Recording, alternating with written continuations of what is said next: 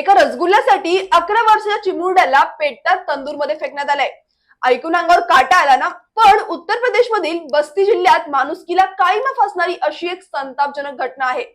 मित्रांनो, ही घटना आहे बस्ती जिल्ह्यातील छावणी पोलीस स्टेशनच्या हद्दीतील मलोली गौसाई गावाची. एका लग्न समारंभात आनंदाचं वातावरण होतं. 11 वर्षाचा मन तिथे खेळत होता.